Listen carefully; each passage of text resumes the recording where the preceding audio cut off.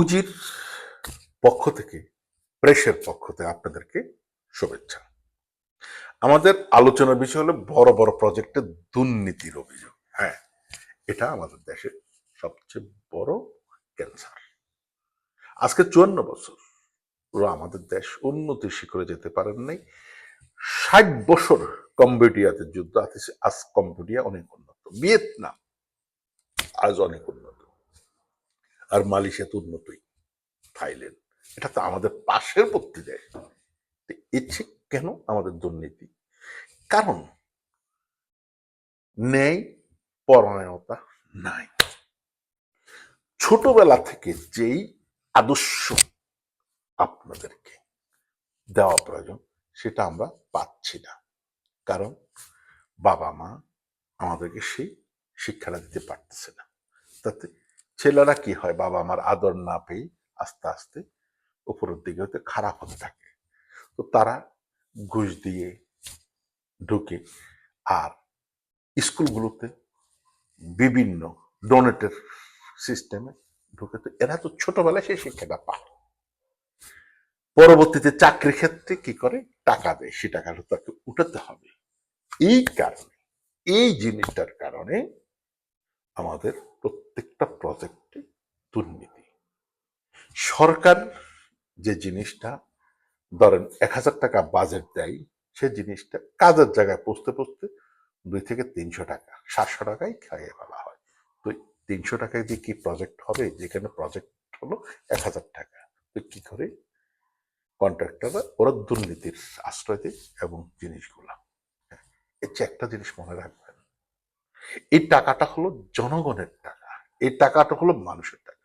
যারা আপনারা মুসলমান বা খ্রিস্টান সবাই বিশ্বাস করেন পরবর্তীতে এটার জন্য আপনাদেরকে কিয়ামতের দিন অবশ্যই দায় দিতে হবে। এই জিনিসটা অবশ্যই খেয়াল রাখবেন। যদি এই জিনিসটা আদর্শবাদী, যদি আদর্শটাই আসে ছোটবেলা থেকে, যদি এই আদর্শটা গঠন করে, তাহলে বড় হয়ে জিনিসটা বাংলাদেশে, আমি হয়তো এখন অন্য কিছু মাইন্ড করবেন কিনা, যেটা এটা আমি বাস্তব ক্ষেত্রে বলতেছি। বাংলাদেশের পরিপ্রেক্ষিতে আমরা আলোচনার বিষয় ছিল বড় প্রজেক্টে কেন দুর্নীতি, সেটাই আমি আপনাকে বলতেছি। আমাদের দায়িত্ববোধ নেই রাষ্ট্রের। আমরা সাঞ্চার সংস্কৃতিতে অভ্যস্ত এবং ছোটবেলায় আদর্শ, কারণ আমাদেরকে পরিকল্পিতভাবে যে সংস্কৃতিটাকে পাল্টিয়ে দেওয়া হয়েছে, দুর্নীতিগ্রস্ত করে ফেলা হয়েছে। বাংলাদেশে একটা মাত্র আদর্শবাদী সংগঠন আছে যারা সত্যিকারে ছাত্রদেরকে আদর্শ শিখে। দেখুন, ওইখানের ওই সেক্টরের ওই গ্রুপের ব্যক্তিদেরকে দেখবেন, এরা বড় হইলে হয়তো অনেক সময় করে দুই একটা, কিন্তু বেশিরভাগ ক্ষেত্রে দুর্নীতি করে না। সেটা হলো বাংলাদেশ ইসলামী ছাত্র শিবির। আমি যদিও হ্যাঁ পছন্দ করি, করি না কিন্তু এটা, কারণ এরা ছোটবেলায় থেকে তাদেরকে আদর্শ শিক্ষা দেয়, সেটা হিন্দু হোক বৌদ্ধ হোক। দেখবেন হিন্দুদের মধ্যে অনেক সৎ লোক আছে, কারণ তারা ধর্ম পালন করে, তারা আর যেগুলো নাস্তিকেরা তো কাউকে বিশ্বাস করে না, এই নাস্তিকতার কারণে দুর্নীতি সবচেয়ে বেশি।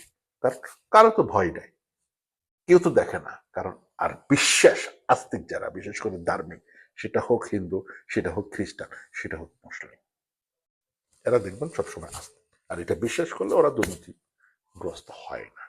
তাই এই জন্য আমাদের ছোটবেলা থেকে যে যার ধর্ম, তাদেরকে ধর্মীয় শিক্ষা দেওয়া অতি জরুরি। তাহলে সে বড় হয়ে আর দুর্নীতিগ্রস্ত হবে না, দুর্নীতিকে প্রশ্রয় দিবে না। তো এই যদি একজন আদর্শবান হয়, তাহলে সে চিন্তা করবে যে আমাদেরকে যে প্রজেক্ট, সেটা আমার উপর আমারও দায়িত্ব, এর মাধ্যমেই আমাদের দুর্নীতি করতে হবে। আর যে আইনের প্রয়োগটা, এটা খুব জোরে সোরে করতে হবে। ইউরোপ কেন উন্নত, আল্লাহ কেন বরকত দিচ্ছে তাদেরকে, কারণ এখানে আইনের শাসন চলে, তার কারণে তারা বরকত এবং তারা অনেক উন্নত। জাপান কেন ছোটবেলা থেকে এদেরকে আদর্শ শিক্ষা দেয়, যাদের দুর্নীতি, তাদের শিক্ষা ব্যবস্থাটা একটু দেখুন। আমাদের শিক্ষা ব্যবস্থাটা হলো ব্রিটিশ আমলের পরাধীনতার এখনো চেঞ্জ হয়নি। তো এইগুলো চেঞ্জ করে বর্তমান নেতৃবৃন্দ যদি হয়, আদর্শবাদী সংগঠনকে যদি সুযোগ দেওয়া হয়, তাহলে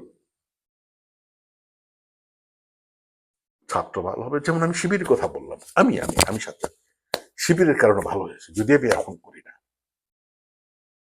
তো এই আদর্শ যদি হয়, তাহলে সে আমানতদারি করবে, আর এতে দুর্নীতি থাকবে না। তাই বাংলাদেশের প্রত্যেকের কাছে অনুরোধ করব, আচ্ছা ভাই, আপনি কি বাংলাদেশিকে মুছতে পারবেন? যতই আপনি বিভিন্ন দেশের নাগরিকত্ব হন, টাকা নিয়ে আপনারা কানাডা, অস্ট্রেলিয়া অনেক কিছু করলেন, সেখানে কি সেই সম্মানটুকু পান না? বাংলাদেশকে সম্মান করে টাকাটা এনে বাংলাদেশে ইনভেস্ট করে ফেলেন, দেখবেন সম্মান পাবেন নিজের দেশে। তাহলে বাংলাদেশ উন্নত হবে, দুর্নীতি আর থাকবে না। সবাই শুভকামনা রইল উজির পক্ষ থেকে। সন্তানকে আদর্শবাদী বানান, ইনশাল্লাহ তার সফল পাবেন। আল্লাহ হাফেজ।